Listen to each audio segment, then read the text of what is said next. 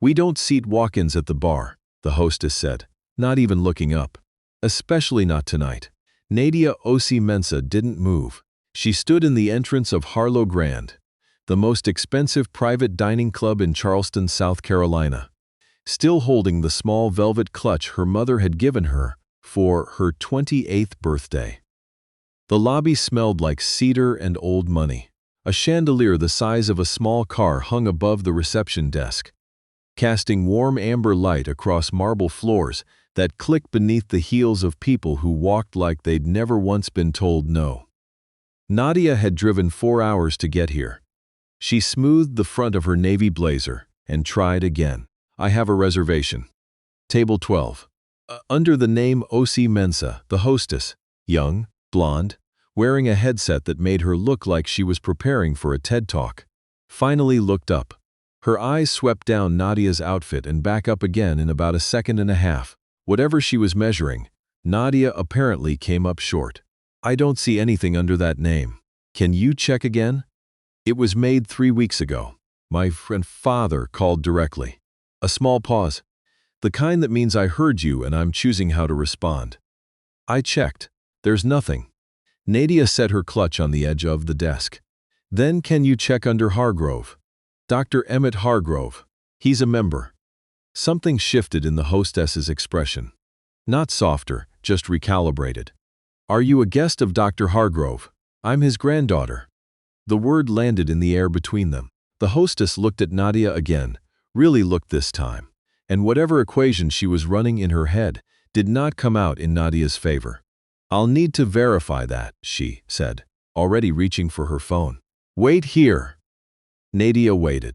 Around her, the lobby moved in that particular rhythm of places that cost a lot of money. Hushed voices, linen napkins, the soft clink of crystal.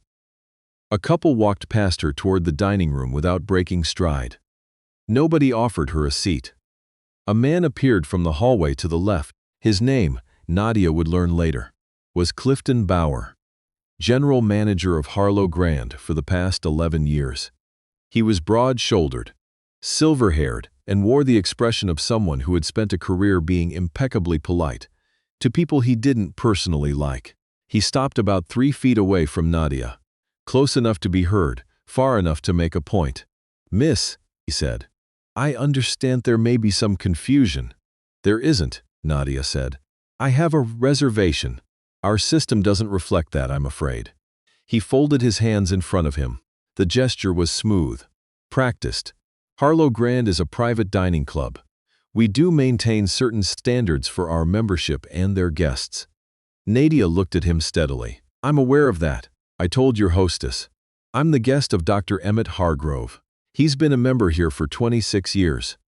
Bauer nodded in the slow, deliberate way of someone who had already decided what he was going to say. "We do have a Dr. Hargrove on our membership list, but I'm going to need to ask you to step outside while we reach him to confirm. We can't simply take someone's word for a relationship. You understand?" "You can call him right now," Nadia said. "I'll give you the number." "That's not how we handle these situations." "These situations." She heard it. She didn't say anything about it. "I'll wait inside," Nadia said. "At the bar. I'm afraid I can't allow that until this is resolved." The lobby had gone slightly quieter. Not silent. Harlow Grand was too well trained for silence, but the energy had shifted. 2 women near the coat check were watching. A man in a gray suit paused near the entrance to the dining room, then looked away when Nadia's eyes met his. She kept her voice calm. "Mr. Bauer, I've driven 4 hours. I have a reservation, and you're asking me to stand outside on the sidewalk like I wandered in off the street. I'm asking you to wait while we verify your guest status," he said. "It's standard procedure." "Is it?"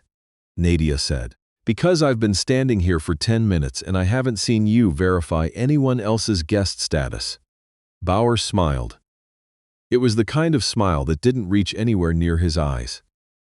"Miss, I think it would be easier for everyone if you simply stepped outside. I'll have someone bring you a water while you wait." She stared at him. He was offering her water, on the sidewalk, while he verified whether she was allowed to exist in this building. Nadia picked up her clutch from the desk. She reached inside and took out her phone. She didn't dial anyone. She just held it, because sometimes the act of reaching for a phone changes the temperature of a room. "I'd like your full name," she said, "for when I speak to the board." Bauer tilted his head slightly. "I'm Clifton Bauer, General Manager." "Thank you, Mr. Bauer. And you're still going to need to step outside." She didn't move. He wasn't expecting that. Most people, when told to do something by a man in a well-fitted jacket standing in a marble lobby, did it.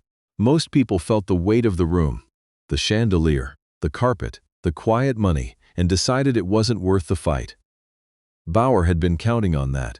He'd counted on it 100 times before, and it had never failed him. Nadia stood exactly where she was. "I'll wait here," she said. "Make your call." Something flickered behind Bauer's eyes. Not embarrassment. He was too seasoned for that. More like the recalibration of a man who realizes the next few minutes are going to require actual effort. He turned to the hostess and spoke quietly. She nodded and picked up the desk phone. While she dialed, a second man materialized from somewhere near the coat check. Security, in a black blazer, standing just slightly behind Nadia's left shoulder. Not touching her. Just present. The way a suggestion becomes a threat. Nadia noticed him. She didn't turn around. The hostess said something into the phone.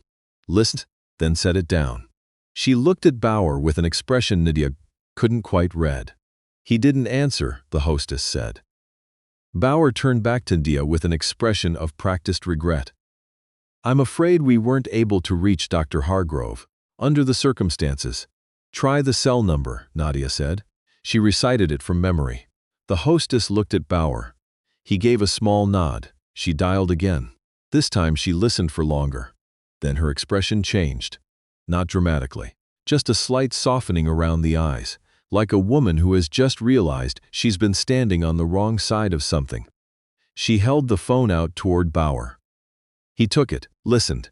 His face didn't move. Not a muscle, not a flicker, but something in his posture did. The slight straightening of a man who has just felt the floor shift beneath him. "Yes, sir," he said. "Of course, sir, I understand." He handed the phone back to the hostess. A moment passed. The lobby had gone properly quiet now. Even the people who had been pretending not to watch had stopped pretending. Bauer turned to face Nadia. "And here's what he didn't say. I'm sorry. I was wrong. I made assumptions based on who you looked like, and I treated you like a problem to be managed, rather than a person to be served." What he said instead was, "It appears there was a miscommunication with our reservation system." Nadia looked at him. "Your table is ready," he said. "Right this way." She didn't move yet. "Is there anything you'd like to say, Mr. Bauer?" He held her gaze for a moment. "I apologize for the delay." The delay? As though she'd been stuck in traffic, she followed him toward the dining room. The table for 12 was in the back corner of the room, the best corner, with a window that looked out over the harbor and candles already lit, and a small floral arrangement in the center that cost more than Nadia's first car. The chairs were cream velvet. The tablecloth was actual linen. Her grandfather was already there. Dr. Emmett Hargrove was 73 years old, and had the kind of face that made people feel immediately that they were in the presence of someone who had done important things. He was tall, even sitting down, with silver-streaked locks that touched his collar, and the hands of a man who had spent 40 years doing cardiothoracic surgery. He stood when he saw Nadia, and the smile he gave her was the same one she had known since she was 4 years old. The one that said, "There you are. I was waiting." He kissed her on the cheek. "You made it." "I made it," she said. He studied her face for a second. "Bauer give you trouble?" She set her clutch on the table. "We had a conversation." Emmett's jaw tightens slightly. He was too dignified to say what he was thinking, but she saw it. She had seen that expression her entire life, the controlled response of a man who had learned, over decades, that rage needed to be translated into something more useful before it was expressed. "Sit down," he said. "Sarah, the rest of the family is on their way." She sat. Over the next 40 minutes, the rest of them arrived. Her aunt and uncle from Colombia. 2 cousins she hadn't seen since Christmas. Her mother who had flown in from Atlanta. Her grandmother who still wore heels at 70 and walked like she was being followed by a camera crew. The table filled up. The noise level climbed to something warm and overlapping and alive. Nadia ordered the sea bass and tried to let the evening settle over her like it was supposed to. This was her grandfather's 73rd birthday dinner. This was a celebration. She had driven 4 hours for this. For the way her grandmother laughed at her own jokes, for the way her cousins argued about nothing important, for the look on Emmett's face when all 12 seats at the table were full and his family was around him. She tried. But she kept thinking about the lobby, the hostess's eyes moving up and down her outfit. Bauer's smile, the delay. She kept thinking about the security guard standing at her shoulder like a question mark. Her mother, Pauline, Ozzy Mensah, leaned over partway through the entree. She was a litigation attorney, which meant she noticed things. "You've been quiet since you sat down." "I'm fine." "Nadia, the guy at the front gave me a hard time," Nadia said quietly. "Wouldn't let me in. Made me wait outside while they verified that I was actually Grandpa's granddaughter." Pauline set down her fork. She had very still eyes when she was angry. "Made you wait outside." "He offered to bring me a water," Nadia said. "On the sidewalk." Her mother was quiet for a moment. Then she said, "Does your grandfather know the full extent of it?" "He knows something happened. I didn't tell him everything. You should." "It's his birthday, Mom. He's not fragile." Nadia looked down the table at Emmett, who was in the middle of telling a story that had her uncle laughing into his napkin. He caught her eye and winked. "Later," she said. "I'll tell him later." But of course, her grandfather already knew more than she'd said. He had spent 40 years navigating spaces that weren't well built for him, and he could read a room and a granddaughter better than most people could read a text message. After dessert, when the table had softened into coffee and conversation, Emmett leaned over to Nadia and said, "I want to show you something before we leave."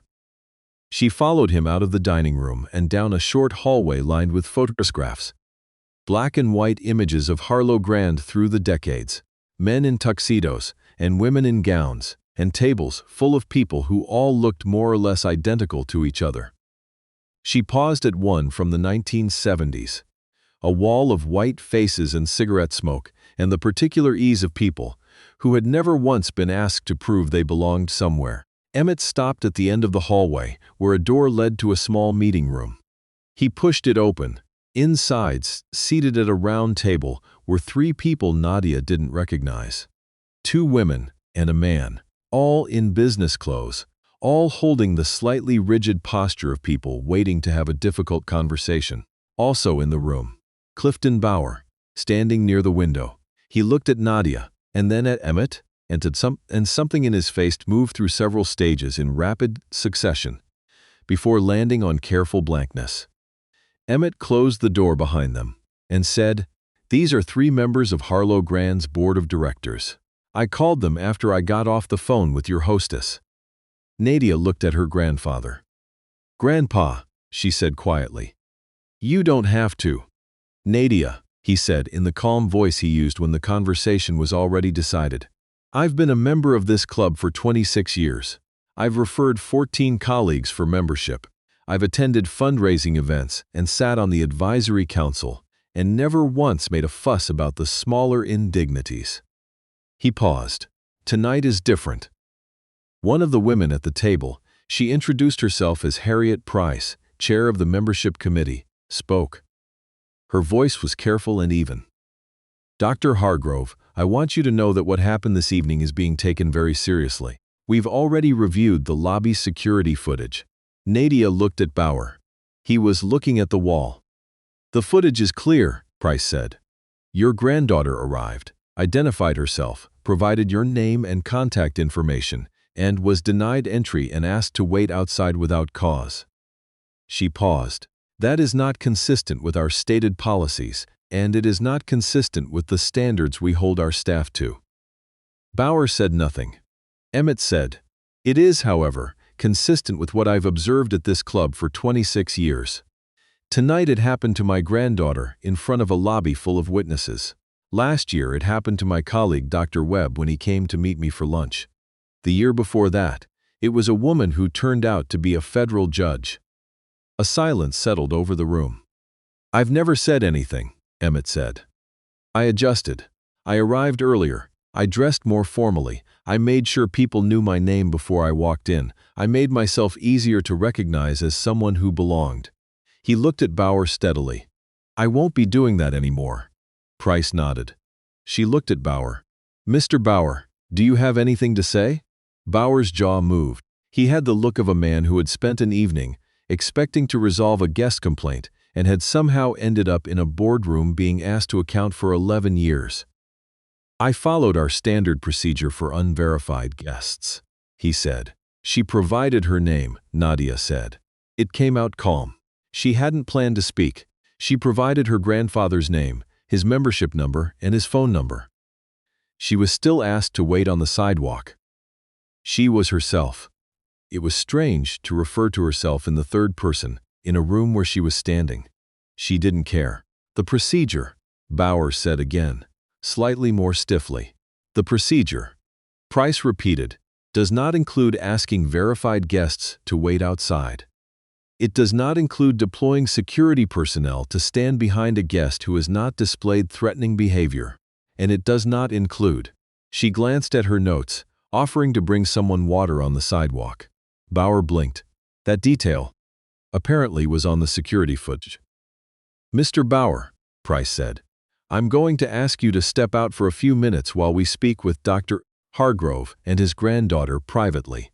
He left. The door closed behind him with a soft, expensive click. Price looked at Nadia. "Miss Mensa, I want to ask you directly. What outcome would feel meaningful to you tonight?" Nadia thought about it. She thought about the lobby, and the hostess's sweeping glance, and the security guard at her shoulder, and the water on the sidewalk. She thought about her grandfather saying. I adjusted in a voice that held 26 years of adjusting. "I'd like my grandfather to be able to bring his family to dinner," she said, "without any of us having to prove we're allowed to be here." Price nodded slowly. "That's fair. And I'd like what tonight to be part of a record," Nadia said. "Not just an internal conversation that gets resolved quietly, something that has to be acknowledged and addressed formally. Because I don't think tonight was unusual. I think tonight was just the night someone finally had footage." Emmett reached over and put his hand on her arm. It was a small gesture. It said, "Exactly." Price looked at the other two board members. They exchanged a look that Nadia couldn't fully read. "We'll need to conduct a full review," Price said. "But I can tell you that pending that review, Mr. Bauer has been placed on administrative leave effective tonight." Nadia looked at the empty space near the window where Bauer had been standing. "Okay," she said. "Emmett's birthday." Dinner ended the way it was always supposed to. With her grandmother winning every argument at the table, and her cousins stealing each other's desserts, and her grandfather laughing at something that wasn't even that funny but laughing anyway because the people he loved were all in the same room. They left together, all 12 of them, through the lobby with the amber chandelier and the marble floors and the hostess who had found the reservation after all. In the parking lot, her mother found her. "I heard what you said in there," Pauline said. "Mom, you were right." She touched Nadia's face the way she used to when Nadia was small and had done something that surprised her. "Your grandfather has been carrying this for a long time. You named it. That matters." Nadia leaned against her car. The air was cool and damp and smelled like the harbor. She could still hear her cousins arguing somewhere behind her about who was driving who home. "I didn't feel brave," she said. "I just didn't move." Pauline smiled. "That's what brave usually is."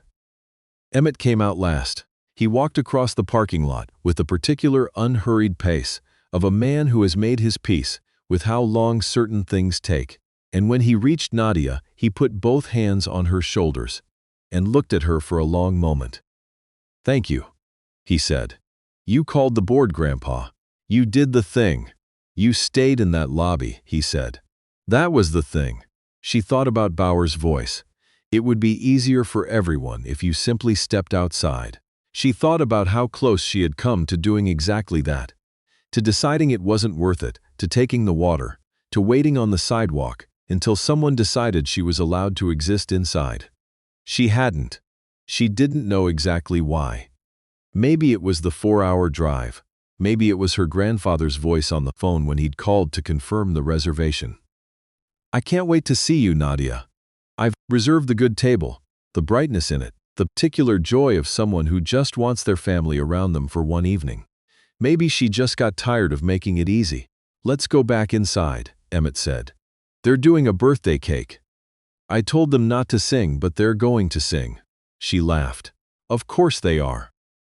He offered her his arm the way he always had, the old-fashioned way, elbow out, waiting, and she took it, and they walked back through the doors of Harlow Grand together.